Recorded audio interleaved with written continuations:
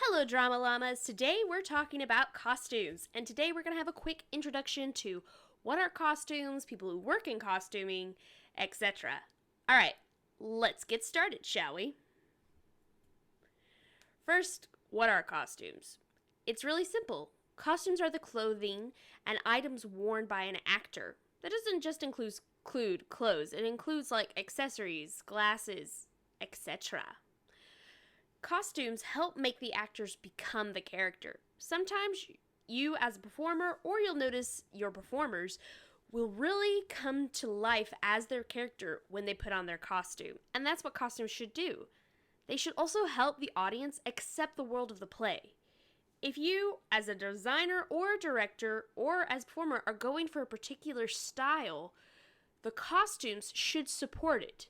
If you're going for something more realistic, then your costumes probably are more realistic. But if you're going for something very stylized, like maybe a cartoon or like a newspaper kind of theme, the costumes probably should reflect that in the way they are styled and the colors you choose.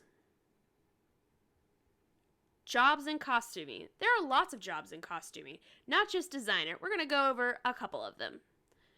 Now, before I go into all these, depending on if you're in education, sometimes you are doing multiple jobs.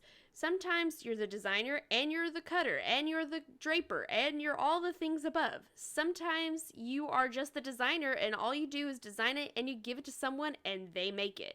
So each situation is different, but here are the basic jobs. First is the costume designer. They design the costumes. Kind of self-explanatory, but the biggest thing is they decide what the costumes are going to look like with the approval of the director.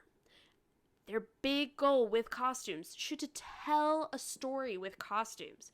If we look at a character and see their costume, we should be able to tell something about that character. Next, we have our costume shop foreman.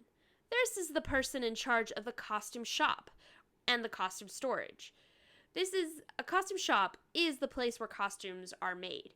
Now, in some cases, in schools and things like that, you may not have a costume shop. You may have an area where your director or your costumes are being made in your classroom, but when you go to professional places, etc., and universities, you're going to have a costume shop. The costume shop foreman takes the design from the designer and makes sure it is made and on time for a show. Then we have the cutters. The cutters are the people who cut out the patterns and the fabric. So if you're wondering, what is a pattern? A pattern is a plan and how to put a costume together. Things like Simplicity and MacLeod, etc., they have all kinds of patterns that you can use as a basis. Now, if you're really good, you can learn how to pattern yourself, but that's really an advanced technique. And you'll probably need to learn that with a college professor.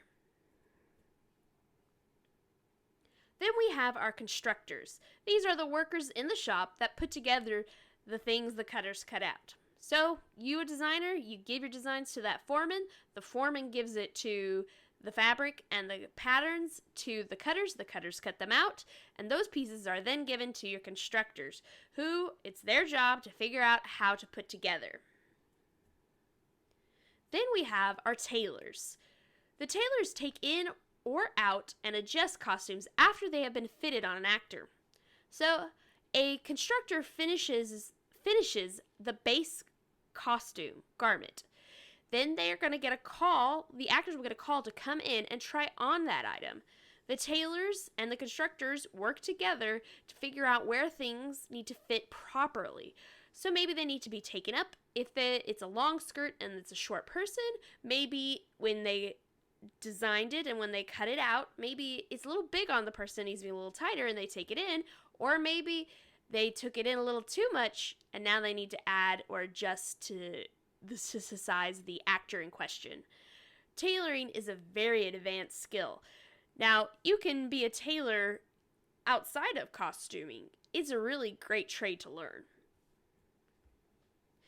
The costumes who's who during a show. So you've made your costumes, you're in dress rehearsal, and these people are your go-to technicians, your dressers. The dressers does as it sounds, dresses the actors and helps them change quickly backstage during a show. They also fix any costume problems that happen while the show is performing. Now, you may think it's strange that an actor may not know how to dress themselves, but we're not used to wearing time period costumes that have to sit in a certain part of our body. So it's important that the dressers know what is the look. The wardrobe assistants, they get the costumes out for the actor and they put them up and wash them between shows. It's very important. The wardrobe assistant is not your slave. They are there to help you. But an actor is always responsible for hanging up and putting their costume back correctly. The wardrobe assistant is just there to make sure everything gets back correctly and that it's maintained between shows. What to consider when designing costumes. This is very important for all designers, and as a performer, you should think about this as well, about your costumes. When? Different time periods have different silhouettes. Different time periods use different colors. Different time periods use different fabric. You're not going to see the same fabric like a polyester on a Grecian chiton, which you can see here. The way that is draped is different. That silhouette is different than, say, the Elizabethan picture here as well. And it's not the same shape as the 1920s dresses that you see in these pictures as well. So you've got to think about it. All these colors and things change from time period to time period. And when you're doing something very realistic, you have to consider that. It tells us as the audience, what time period am I looking at? Where? Different locations have different atmospheres that affect what we wear. Different locations have different colors that are more commonly used. And different locations have different cultural clothing. All these things can be told through costumes. If you see here, we have some Eskimo family or some northern or Alaskan families. This type of warmer clothing would tell me that they're not in the southern states.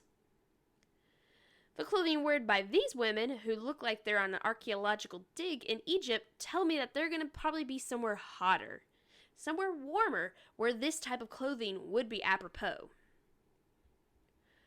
Now, different locations and colors and styles. If you look at these set of four, we have some women that may be like New York kind of versus LA. Maybe a little bit more lighter and casual in LA, and a little bit more darker even though it's summer for New York. And then culturally. So culturally, some cultures wear different types of clothes. Indian women may wear something like this as opposed to what we would consider casual street clothing. Maybe some Norwegian women wear this cultural clothing to show us where they are. Next, we have who. Costumes can tell us about a character. They can tell us a character's social status. For example, a king and queen versus a peasant and servant. A king and queen would wear different clothing as opposed to their peasant or a servant. They could also tell us the upper, middle, and lower classes, all by the types of clothes and colors and the status of their clothes. This is almost Marie Antoinette Rococo fashion painting. Now that would be someone that's rich. She has a lot of embellishment, which means it takes a lot more money to make it, as opposed to maybe some servants of that kind, where the colors are muted and they don't have a lot of frilly extras. It's all a utilitarian, meaning that's what they have to survive. If you look at this early 1900s woman, she has lots of embroidery, probably really nice fabric, lots of extras, lots of buttons going down her side, a big plume on her hat. As opposed to maybe some third-class passengers, like say on the Titanic, they would have much more simpler clothing that would be useful and what they need. What? Costumes can tell us what a person does, or what do they do, or what's going on in their life. Like what example profession the person does, uniforms, etc. If you think about it, what you see a police officer in tells you they're a police officer. What you see, what your teacher might wear, tells you that they're a teacher. What you think classically is like, what's mom clothes or what's a child's clothing. That tells us what a person is. So you see example, here's a police officer's uniform. Sorry. Maybe this is what your teacher might wear. Doctors and nurses, etc. Costumes should tell the audience all these things. When, where, who, what, and much more. Think of a costume as a chance to tell someone's story. Well, Drama Llamas, that's it for today. That's your intro to costumes, and I'll see you next time.